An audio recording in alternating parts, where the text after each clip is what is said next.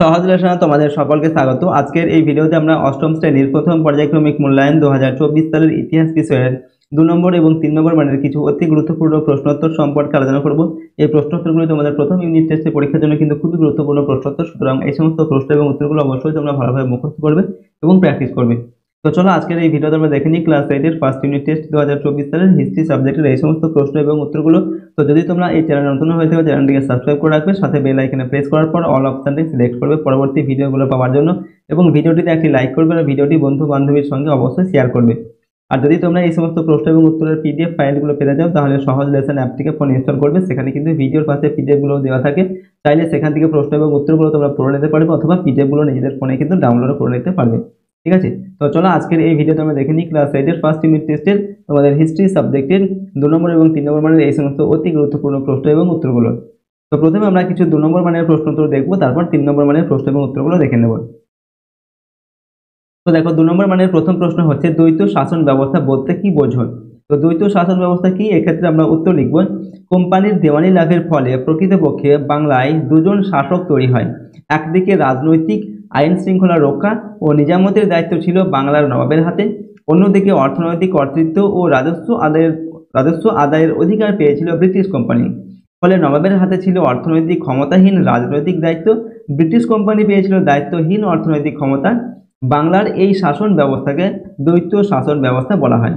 ঠিক আছে, অর্থাৎ কোম্পানির দেওয়ানি লাভের ফলে কি হয়েছিল, বাংলায় দু ধরনের শাসক তৈরি হয়েছিল। একটা হচ্ছে বাংলার যে নবাব, তার কাছে ছিল কি রাজনৈতিক এবং দেশের আইন শৃঙ্খলা রক্ষার দায়িত্ব, কিন্তু তার কাছে কোনো যে রাজস্ব আদায় বা অর্থনৈতিক ক্ষমতা কিন্তু বাংলার নবাবের হাতে ছিল না। ঠিক আছে, দেওয়ানি লাভের ফলে এই রাজস্ব আদায় এবং অর্থনৈতিক ক্ষমতা ছিল ব্রিটিশ সরকারের হাতে চলে গিয়েছিল। ঠিক আছে, এই যে দু ধরনের শাসক তৈরি হয়েছিল বাংলায় দেওয়ানি লাভের ফলে, এটাকেই বলা হচ্ছে কিনা দ্বৈত শাসন ব্যবস্থা। 2 নম্বর দাগের প্রশ্ন দেখো, উইলিয়াম জোনসের কলকাতায় এশিয়াটিক সোসাইটি প্রতিষ্ঠার লক্ষ্য কি ছিল। ওকে, আমরা উত্তর লিখব সংস্কৃত ভাষায় লেখা প্রাচীন ভারতীয় সাহিত্যগুলি ইংরেজিতে অনুবাদ ও ভারতীয় সংস্কৃতি চর্চার জন্য উইলিয়াম জোনস কলকাতায় 1784 খ্রিস্টাব্দে এশিয়াটিক সোসাইটি প্রতিষ্ঠা করেন।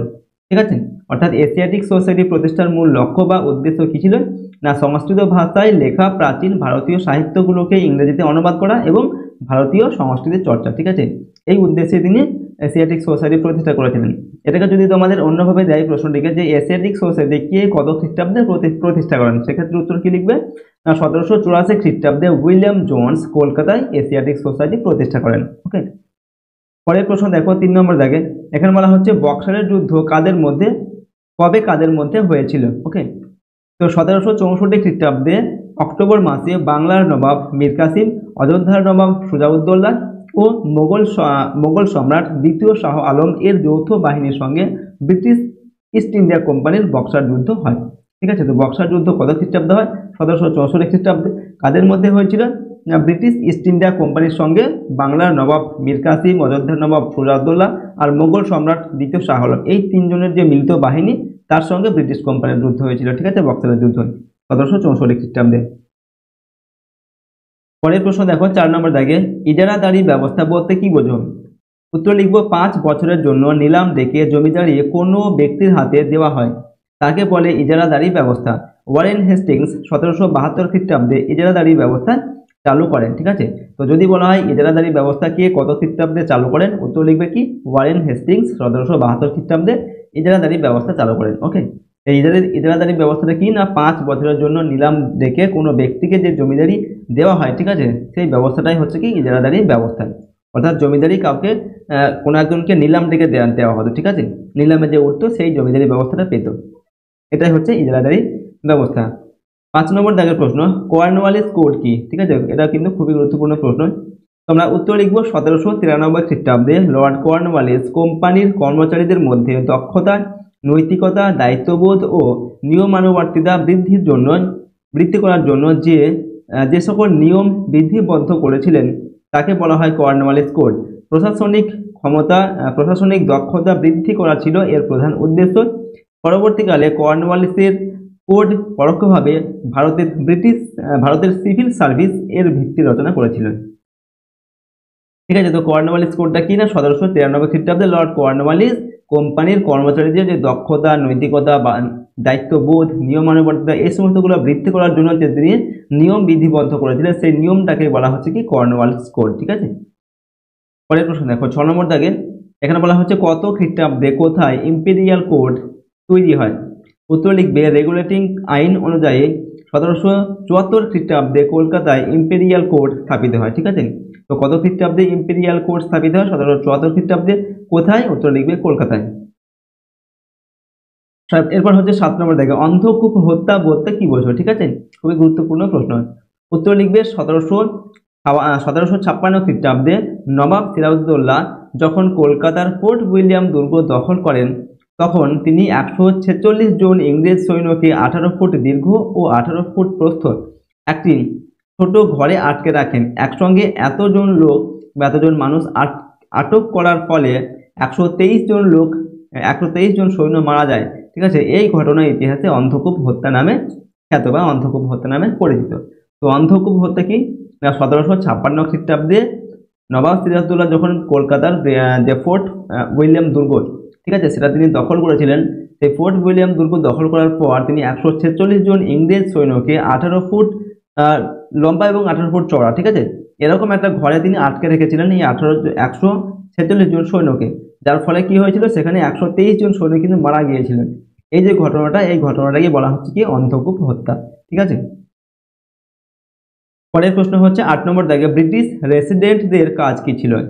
তোমরা উত্তর লিখবো ব্রিটিশ কোম্পানি নিজের ব্যবসায়িক স্বার্থ রক্ষা করার জন্য বিভিন্ন রাজদরবারে নিজেদের প্রতিনিধি রাখত।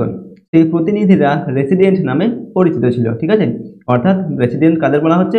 রেসিডেন্ট হচ্ছে ব্রিটিশ কোম্পানি ব্যবসায়িক নিজেদের যে ব্যবসায়িক, ঠিক আছে, সেই ব্যবসায়িক স্বার্থ রক্ষা করার জন্য বিভিন্ন রাজদরবারে কি করতে? নিজেদের প্রতিনিধি রাখতো। ঠিক আছে, এই প্রতিনিধিরা রেসিডেন্ট নামে পরিচিত ছিল। এর মাধ্যমে ভারতীয় উপমহাদেশে ব্রিটিশ কোম্পানির চূড়ান্ত ক্ষমতার রূপ পেয়েছিল। কোম্পানির নজর এড়িয়ে স্বাধীনভাবে কাজ করার ক্ষমতা ভারতীয় দেশীয় শক্তিগুলির বিশেষ ছিল না। কোম্পানির হয়ে সেই নজরদারির কাজটা চালাতো স্থানীয় ব্রিটিশ রেসিডেন্ট। ঠিক আছে, অর্থাৎ ব্রিটিশ যে রেসিডেন্ট প্রত্যেক রাজদরবারে থাকতো এবং তারা কি করতো? সেই সমস্ত রাজদরবার তারা কি করতো? নজরদারি চালাতো। ঠিক আছে, কিরকম কাজকর্ম সেখানে চলছে, অর্থাৎ সেই ব্রিটিশ রেসিডেন্টদের নজর এরিয়া কিন্তু কোনো দেশীয় শক্তি কোনো কাজ করার ক্ষমতা তাদের ছিল না। ঠিক আছে, এটাই হচ্ছে ব্রিটিশ রেসিডেন্টদের কাজ, অর্থাৎ নজরদারি চালানো আর কি।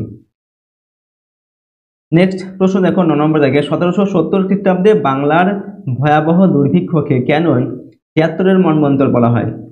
তো 1770 খ্রিস্টাব্দে ঘটা বাংলার ভয়াবহ দুর্ভিক্ষের বঙ্গাব্দের হিসাবে সময়কাল ছিল 1176 বঙ্গাব্দ। তাই এই দুর্ভিক্ষকে 76-এর মন্বন্তর বলা হয়। অর্থাৎ বাংলায় এই যে দুর্ভিক্ষ, ঠিক আছে, ভয়াবহ দুর্ভিক্ষটা ঘটেছিল কত খ্রিস্টাব্দে? 1770 খ্রিস্টাব্দে, ইংরেজিতে 1770 খ্রিস্টাব্দে, এবং বঙ্গাব্দের হিসাবে এটা ছিল 1176 বঙ্গাব্দ। এই জন্য এই মন্বন্তর বা এই যে ভয়াবহ দুর্ভিক্ষ এটাকে বলা হয় কি 76-এর মন্বন্তর। ঠিক আছে, পরের প্রশ্ন দেখো 10 নম্বর দাগে কে কেন এশিয়াটিক সোসাইটি স্থাপন করেন? ঠিক আছে, তো এই প্রশ্নটিকে কিন্তু আমরা আগে একবার দেখেছি, সেটা অন্যভাবে দেওয়া ছিল। সেখানে আমরা উত্তর লিখব সংস্কৃত ভাষায় লেখা প্রাচীন ভারতীয় সাহিত্যগুলি ইংরেজিতে অনুবাদ ও ভারতীয় সংস্কৃতি চর্চার জন্য উইলিয়াম জোন্স কলকাতার 1784 খ্রিস্টাব্দে এশিয়াটিক সোসাইটি প্রতিষ্ঠা করেন। তো এশিয়াটিক সোসাইটি প্রতিষ্ঠা করেন উইলিয়াম জোন্স কত খ্রিস্টাব্দে? 1784 খ্রিস্টাব্দে কলকাতায়। ঠিক আছে, এরপর দেখো 11 নম্বর দাগে কবে কাদের মধ্যে আলীনগরের সন্ধি হয়? উত্তর লিখবে 1757 খ্রিস্টাব্দের 9 ফেব্রুয়ারি বাংলার নবাব সিরাজউদ্দৌলা ও ইংরেজ কোম্পানির মধ্যে আলীনগরের সন্ধি হয়। ঠিক আছে, তো আলীনগরের সন্ধি কত খ্রিস্টাব্দে হয়? 1757 খ্রিস্টাব্দের 9 ফেব্রুয়ারি। কাদের মধ্যে হয়? ব্রিটিশ ইস্ট ইন্ডিয়া কোম্পানির সঙ্গে নবাব সিরাজউদ্দৌলার। ঠিক আছে, এরপর হচ্ছে 12 নম্বর দাগে আইনের শাসন কি? উত্তর লিখব ভারতে ইংরেজ শাসন ব্যবস্থার সবচেয়ে উল্লেখযোগ্য দিক ছিল আইনের শাসন প্রবর্তন। আইনের শাসনের অর্থ হলো এই যে আইনের নিরপেক্ষতা, অর্থাৎ দেশের আইনের চোখে সবাই সমান, কেউই আইনের ঊর্ধ্বে নয়। লর্ড কর্নওয়ালিস প্রথম ভারতীয় বিচার ব্যবস্থায় আইনের শাসন প্রবর্তন করেন। ঠিক আছে, তো আইনের শাসন কে প্রবর্তন করেন? উত্তর লিখবে লর্ড কর্নওয়ালিস। ঠিক আছে, এবং এটার মূল কথা কি ছিল না? আইনের চোখে কিন্তু সবাই সকলের সমান। ঠিক আছে, কেউই কিন্তু আইনের ঊর্ধ্বে নয়। 13 নম্বর দাগের প্রশ্ন, টিকা লেখো সত্য বিলোপ নীতি। তো সত্য বিলোপ নীতি কি না, লর্ড ডালহৌসি প্রবর্তিত সত্য বিলোপ নীতির মূল কথা ছিল বা মূল কথা হলো ভারতের কোনো দেশীয় রাজ্যের রাজা কোম্পানির অনুমতি ছাড়া দত্তক পুত্র গ্রহণ করতে পারবেন না। উপরন্তু তিনি মারা গেলে ওই রাজ্যটি সরাসরি ব্রিটিশ কোম্পানির দখল করে নেবে। ঠিক আছে, তো এটাই হচ্ছে সত্য বিলোপ নীতি। অর্থাৎ এখানে যদি তোমাদের প্রশ্ন দেয় যে সত্য বিলোপ নীতি কে প্রবর্তন করেন, তো লিখবে লর্ড ডালহৌসি। ঠিক আছে, এই সত্য বিলোপ নীতিটা কি বা এর মূল কথা কি ছিল না, কোম্পানির অনুমতি ছাড়া কোনো দেশীয় রাজা দত্তক পুত্র নিতে পারবে না। দত্তক পুত্র মানে সেই রাজার যদি কোনো পুত্র না থাকে তাহলে অন্য কারো পুত্রকে তিনি দত্তক নিতে পারবেন না। ঠিক আছে, কোম্পানির অনুমতি ছাড়া।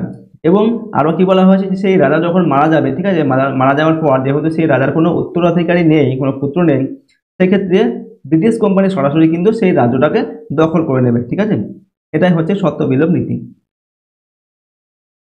তো দেখো এরপর আমরা 3 নম্বর মানের কিছু প্রশ্ন এবং উত্তর দেখে নেব। ওকে, তো 3 নম্বর মানের প্রথম প্রশ্ন দেখো, ব্রিটিশ ইস্ট ইন্ডিয়া কোম্পানির সঙ্গে সিরাজউদ্দৌলার বিরোধের কারণ কি? ওকে, অর্থাৎ ব্রিটিশ ইস্ট ইন্ডিয়া কোম্পানির সঙ্গে সিরাজউদ্দৌলার বিরোধের কারণ কি সেটা আমাদের লিখতে হবে।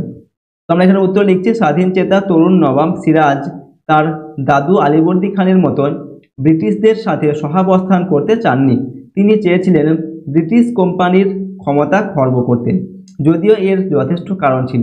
ঔদ্ধত্যপূর্ণ ইংরেজরা ক্রমাগত নবাবকে অসম্মান অবজ্ঞা প্রদর্শন করার মাত্রা বহুগুণে বাড়িয়ে দিয়েছিলেন। সব থেকে অপমানজনক ঘটনাটি ঘটে যখন সিরাজের অনুমতি ছাড়াই তারা কলকাতা দুর্গ নির্মাণ করে। এরপরে 1757 খ্রিস্টাব্দে আলীনগরের সন্ধি স্বাক্ষরিত হলে ইংরেজদের ক্ষমতা বৃদ্ধি পায়। বলা চলে তাদের আধিপত্য বিস্তারের পথ আরও চওড়া হয়। তারা সমস্ত বাণিজ্যিক সুবিধা পুনরায় ফেরত পায়, তারা নিজস্ব মুদ্রা ও সিক্কা তৈরির অধিকার পায়, এমনকি কোম্পানির ক্ষতিপূরণ করার দায়ও বর্তায় নবাব সিরাজের ওপর। এমন অপমানজনক সন্ধি নবাব ও কোম্পানির বিরোধ আরও বাড়িয়ে তোলে। ঠিক আছে, তো এই সমস্ত কারণগুলোর জন্যই নবাবের সঙ্গে তোমার কি ইস্ট ইন্ডিয়া কোম্পানির বিরোধ বেড়েছিল বা যুদ্ধ হয়েছিল। ঠিক আছে, 2 নম্বর দেখা হচ্ছে উডের প্রতিবেদনের বিষয়বস্তু সম্পর্কে লেখো। উডের প্রতিবেদন বা উডের ডেসপ্যাচ যদি বলে সেক্ষেত্রে আমরা একই উত্তর কিন্তু লিখব। 1854 খ্রিস্টাব্দের জুলাই মাসে বোর্ড অব কন্ট্রোলের সভাপতি চার্লস উড শিক্ষা সংক্রান্ত একটি প্রতিবেদন পেশ করেন, যা উডস ডেসপ্যাচ নামে পরিচিত। এই ডেসপ্যাচের মাধ্যমে ঔপনিবেশিক সরকারকে প্রাথমিক থেকে বিদ্যালয় স্তর পর্যন্ত একটি সুগঠিত শিক্ষা কাঠামো গড়ে তোলার পরামর্শ দেওয়া হয়। এই প্রতিবেদনের সুপারিশে কলকাতা, বোম্বাই ও মাদ্রাজে 3টি বিশ্ববিদ্যালয় গড়ে ওঠে। ঠিক আছে, তো উডের ডেসপ্যাচ কি বা উডের প্রতিবেদন কি না, 1754 খ্রিস্টাব্দে জুলাই মাসে বোর্ড অব কন্ট্রোলের সভাপতি চার্লস উড শিক্ষা সংক্রান্ত একটি প্রতিবেদন পেশ করেন। ঠিক আছে, যেটাই হচ্ছে উডস ডেসপ্যাচ বা উডের প্রতিবেদন নামে পরিচিত। এবং এই উডের প্রতিবেদনে কি বলা হয়েছিল না, ঔপনিবেশিক সরকারকে প্রাথমিক থেকে বিদ্যালয় স্তর পর্যন্ত একটি সুগঠিত শিক্ষা কাঠামো গড়ে তোলার পরামর্শ দেওয়া হয়েছে। ঠিক আছে, এবং এর ফলে কলকাতা, বোম্বাই, মাদ্রাজ, ঠিক আছে, এই 3 জায়গায় 3টি বিশ্ববিদ্যালয় কিন্তু গড়ে ওঠে। ঠিক আছে, সেটাই হচ্ছে উডের ডিসপ্যাচ বা উডের প্রতিবেদন। এরপর 3 নম্বর দাগে টিকা লেখো অধীনতামূলক মিত্রতা নীতি। তো অধীনতামূলক মিত্রতা নীতি কি না, ব্রিটিশ কোম্পানির গভর্নর জেনারেল লর্ড ওয়েলেসলি কোম্পানির সাম্রাজ্য বিস্তারের উদ্দেশ্যে ভারতের দেশীয় রাজ্যগুলির স্বাধীনতা ও সার্বভৌমত্বে হস্তক্ষেপ করে তাদের অভ্যন্তরীণ বিষয়ে নিজেদের নিয়ন্ত্রণ প্রতিষ্ঠা করার এক নীতি প্রণয়ন করেন, যা ইতিহাসে অধীনতামূলক মিত্রতার নীতি নামে পরিচিত। হায়দ্রাবাদের নিজাম প্রথম, ঠিক আছে, অধীনতামূলক মিত্রতার নীতি গ্রহণ করেন। ঠিক আছে, এটা তোমাদের শর্ট প্রশ্ন দিতে পারে যে কে প্রথম অধীনতামূলক মিত্রতার নীতি গ্রহণ করেন, উত্তর লিখবে হায়দ্রাবাদের নিজাম। ঠিক আছে, তো এটা আমরা অধীনতামূলক মিত্রতার নীতি সম্পর্কে লিখলাম। এরপর দেখো 4 নম্বর দাগের প্রশ্ন, পলাশির লুণ্ঠন কি? উত্তর লিখবে ব্রিটিশ কোম্পানি মির্জাফরকে সহায়তা করার বিনিময়ে অবাধে সম্পদ হস্তগত করতে থাকে। পলাশির যুদ্ধের পর সিরাজের কলকাতা আক্রমণের অজুহাতে 1,77,00,000 টাকা ক্ষতিপূরণ নেয় কোম্পানি। তার উপরে ক্লাইভ সহ কোম্পানির উঁচু পদাধিকারীরা মির্জাফরের থেকে প্রচুর সম্পদ ব্যক্তিগতভাবে পেয়েছিলেন। সব মিলিয়ে পলাশির যুদ্ধের পরে প্রায় 3 কোটি টাকার সম্পদ মির্জাফরের থেকে আদায় করে ব্রিটিশ কোম্পানি। বহু ঐতিহাসিক কোম্পানির তরফে এই অর্থ আত্মসাৎকে পলাশির লুণ্ঠন বলে অভিহিত করেছেন। ওকে, অর্থাৎ পলাশির যুদ্ধের পর কি হয়েছিল, মির্জাফর বাংলার নবাব হয়েছিলেন, ঠিক আছে। এবং এই মির্জাফরের কাছ থেকে ব্রিটিশ ইস্ট ইন্ডিয়া কোম্পানি প্রায় 3 লক্ষ টাকার সম্পদ কিন্তু তারা আত্মসাৎ করেছিল, ঠিক আছে। এই যে 3 লক্ষ টাকা 3 কোটি টাকার সম্পদ তারা আত্মসাৎ করেছিল, ঠিক আছে। এই যে বিপুল পরিমাণ টাকা তারা মির্জাফরের কাছ থেকে নিয়েছিল ব্রিটিশ ইস্ট ইন্ডিয়া কোম্পানি, ঠিক আছে, এটাকে বলা হচ্ছে কি পলাশির লুণ্ঠন। ওকে, নেক্সট প্রশ্ন দেখো 5 নম্বর দেখো ব্রিটিশ প্রেসিডেন্সি ব্যবস্থা কাকে বলে। তোমরা উত্তর লিখবো ব্রিটিশ ইস্ট ইন্ডিয়া কোম্পানি ছিল একটি বণিক সংস্থা, ঠিক আছে। বণিক সংস্থা মানে একটি ব্যবসায়িক সংস্থা ছিল। ভারতীয় উপমহাদেশে বাণিজ্যের স্বার্থে তারা ভারতের বিভিন্ন অঞ্চলে কতগুলি ঘাঁটি তৈরি করেছিল। এই ঘাঁটিগুলির মধ্যে ছিল মাদ্রাজ, বোম্বাই ও কলকাতা। পরে এই 3টি বাণিজ্য ঘাঁটিকে কেন্দ্র করে যে ব্যবস্থা গড়ে ওঠে তাকে ব্রিটিশ প্রেসিডেন্সি ব্যবস্থা বলা হয়, ঠিক আছে। অর্থাৎ ব্রিটিশ ইস্ট ইন্ডিয়া কোম্পানি প্রথমে কি করেছিল, মাদ্রাজ, বোম্বাই এবং কলকাতা এই 3 জায়গায় 3টে ঘাঁটি তৈরি করেছিলেন। পরবর্তীকালে এই যে 3 জায়গায় 3টে ঘাঁটিকে কেন্দ্র করে যে ব্যবস্থা তারা গড়ে তুলেছিল সেই ব্যবস্থাটাকে বলা হচ্ছে ব্রিটিশ প্রেসিডেন্সি ব্যবস্থা। নেক্সট হচ্ছে 6 নম্বর জায়গা মেকলের প্রতিবেদন কি। ওকে, তোমরা উত্তরটা লিখছি 1835 খ্রিস্টাব্দের 2 ফেব্রুয়ারি জেনারেল কমিটি অফ পাবলিক ইনস্ট্রাকশনের সভাপতি টমাস ব্যাবিংটন মেকলে ভারতবর্ষে শিক্ষার প্রসঙ্গে একটি প্রতিবেদন বা মিনিটস পেশ করেন। তাতে বলা হয় ভারতবর্ষে ইংরেজি শিক্ষিত মধ্যবিত্ত শ্রেণী তৈরি করা ঔপনিবেশিকদের প্রধান উদ্দেশ্য হওয়া উচিত। তাই যে সমস্ত শিক্ষা প্রতিষ্ঠান ভারতীয় ভাষায় শিক্ষার চর্চা করবে তারা কোনো সরকারি অনুদান পাবেন না। বাস্তবে মেকলের ধারণা ছিল ব্রিটিশরাই জাতিগতভাবে উন্নত এবং তাদের হাত ধরে ভারতে আধুনিকতা আসবে, তাই তিনি দেশীয় ভাষা চর্চাকে হেয় করেছিলেন মানে অবজ্ঞা করেছিলেন, ঠিক আছে। এটাই হচ্ছে মেকলের প্রতিবেদন। অর্থাৎ মেকলের প্রতিবেদনে কি বলা হয়েছিল না ভারতবর্ষে একটা ইংরেজ শিক্ষিত মধ্যবিত্ত শ্রেণী তৈরি করা উচিত, ঠিক আছে। এবং সেক্ষেত্রে তিনি আরো কি বলেছিলেন যে সমস্ত দেশীয় শিক্ষা প্রতিষ্ঠান ভারতীয় যে শিক্ষা প্রতিষ্ঠান, ঠিক আছে, তারা ভারতীয় শিক্ষার চর্চা করবে তারা কিন্তু কোনো রকম সরকারি অনুদান পাবে না। ওকে, এটাই হচ্ছে মেকলের প্রতিবেদন। এরপর দেখো 7 নম্বর জায়গায় প্রশ্ন হচ্ছে ফারাক্সিয়ার এর ফরমানের গুরুত্ব সম্পর্কে লেখো। তো ফারাক্সিয়ার এর ফরমানের গুরুত্ব কি না ফারাক্সিয়ার এর ফরমান মোতাবেক ব্রিটিশ ইস্ট ইন্ডিয়া কোম্পানিকে বাংলাদেশে কতগুলি বিশেষ বাণিজ্যিক অধিকার দেওয়া হয়েছিল। বিনা শুল্কে বছরে মাত্র 30,000 টাকার বিনিময়ে কোম্পানি বাংলায় বাণিজ্য করতে পারবে, ঠিক আছে। কোম্পানি জাহাজের সঙ্গে অনুমতিপত্র থাকলে সেই জাহাজ অবাধে বাণিজ্য করতে পারবে। বাংলার নবাবের মুর্শিদাবাদ টাকশাল প্রয়োজন মতো কোম্পানি ব্যবহার করতে পারবে। ফারাক্সিয়ারের ফরমান বাংলায় ব্রিটিশ ইস্ট ইন্ডিয়া কোম্পানির অবাধ বাণিজ্যের পথ খুলে দিয়েছিলেন। সেটাই হচ্ছে ফারাক্সিয়ারের ফরমান, ঠিক আছে। তো এই ফরমান মতে কি হয়েছিল কোম্পানি বাংলায় বিনা শুল্কে বছরে মাত্র 30,000 টাকার বিনিময়ে অবাধে কিন্তু বাণিজ্য করতে পারবে। এবং এই কোম্পানির জাহাজের সঙ্গে যদি অন্য কোনো জাহাজ অনুমতি নেয় তাহলে সেই জাহাজও কিন্তু বাংলায় কি করতে পারবে বাণিজ্য করতে পারবে। এবং বাংলার নবাবের যে মুর্শিদাবাদ টাকশাল সেটাও কিন্তু কোম্পানি প্রয়োজন মতো ব্যবহার করতে পারবে, ঠিক আছে। এটাই হচ্ছে ফারাক্সিয়ারের ফরমান। এরপর দেখো 8 নম্বর দাগে কোম্পানি শাসনে জরিপের ক্ষেত্রে রেনেল এর ভূমিকা কি ছিল, ঠিক আছে। কোম্পানি শাসনে জরিপের ক্ষেত্রে অর্থাৎ জমি জরিপের ক্ষেত্রে রেনেল এর ভূমিকা কি ছিল। তো 1764 খ্রিস্টাব্দে বাংলার নদী পথগুলি জরিপ করেন জেমস রেনেল। 1767 খ্রিস্টাব্দে কোম্পানি ভারতের সার্ভেয়ার জেনারেল বা জরিপ বিভাগের প্রধান হিসাবে তাকে নিয়োগ করা হয়। বাংলায় নদীপথগুলি জরিপ করে রেনেল মোট 16টি মানচিত্র তৈরি করেছিলেন। রেনেলের তত্ত্বাবধানে প্রথম বাংলার নদী গতিপথের মানচিত্র বানানো হয়। এর ফলস্বরূপ দেওয়ানি লাভের পর রাজস্ব আদায়ের জন্য জমি জরিপের গুরুত্ব বৃদ্ধি পায়, ঠিক আছে। এটাই হচ্ছে কোম্পানির শাসনের জরিপের ক্ষেত্রে যে রেনেল এর ভূমিকা, ঠিক আছে, জেমস রেনেলের ভূমিকা, সেটা আমরা এখানে লিখলাম, ঠিক আছে। ওকে, তো দেখো এখানে আমরা আমাদের ক্লাস 8 এর ফার্স্ট ইউনিট টেস্ট হিস্ট্রি সাবজেক্টের কিছু 2 নম্বর এবং 3 নম্বর মানের অতি গুরুত্বপূর্ণ প্রশ্ন এবং উত্তরগুলো কিন্তু আলোচনা করলাম। প্রতিটি প্রশ্নোত্তর কিন্তু খুবই ইম্পর্টেন্ট প্রশ্নোত্তর, ঠিক আছে। সমস্ত প্রশ্নোত্তরগুলো কিন্তু আমরা ভালোভাবে মুখস্থ করে নেবে এবং প্র্যাকটিস করবে। আর যদি এই চ্যানেলে তোমরা নতুন হয়ে থাকো চ্যানেলটিকে সাবস্ক্রাইব করে রাখবে, সাথে বেল আইকনে প্রেস করে অল অপশনে সিলেক্ট করবে পরবর্তী ভিডিওগুলো পাওয়ার জন্য। এবং ভিডিওটিতে একটি লাইক করবে, ভিডিওটি বন্ধু বান্ধবের সঙ্গে অবশ্যই শেয়ার করবে। এবং যদি এই সমস্ত ভিডিওর পিডিএফ ফাইলগুলো পেতে চাও তাহলে সহজ লেসন অ্যাপটিকে ফোনে ইনস্টল করে রাখবে, সেখানে ভিডিওর পাশে পিডিএফগুলো দেওয়া থাকে, ঠিক আছে। চাইলে সেখান থেকে তোমরা প্রশ্ন এবং উত্তরগুলো পড়তে পারবে অথবা পিডিএফগুলো ফোনে ডাউনলোডে কিন্তু করে নিতে পারবে। ওকে, তো চলো আজকের এই ভিডিওটিকে আমরা এখানেই শেষ করছি। সম্পূর্ণ ভিডিওটি দেখার জন্য অসংখ্য ধন্যবাদ।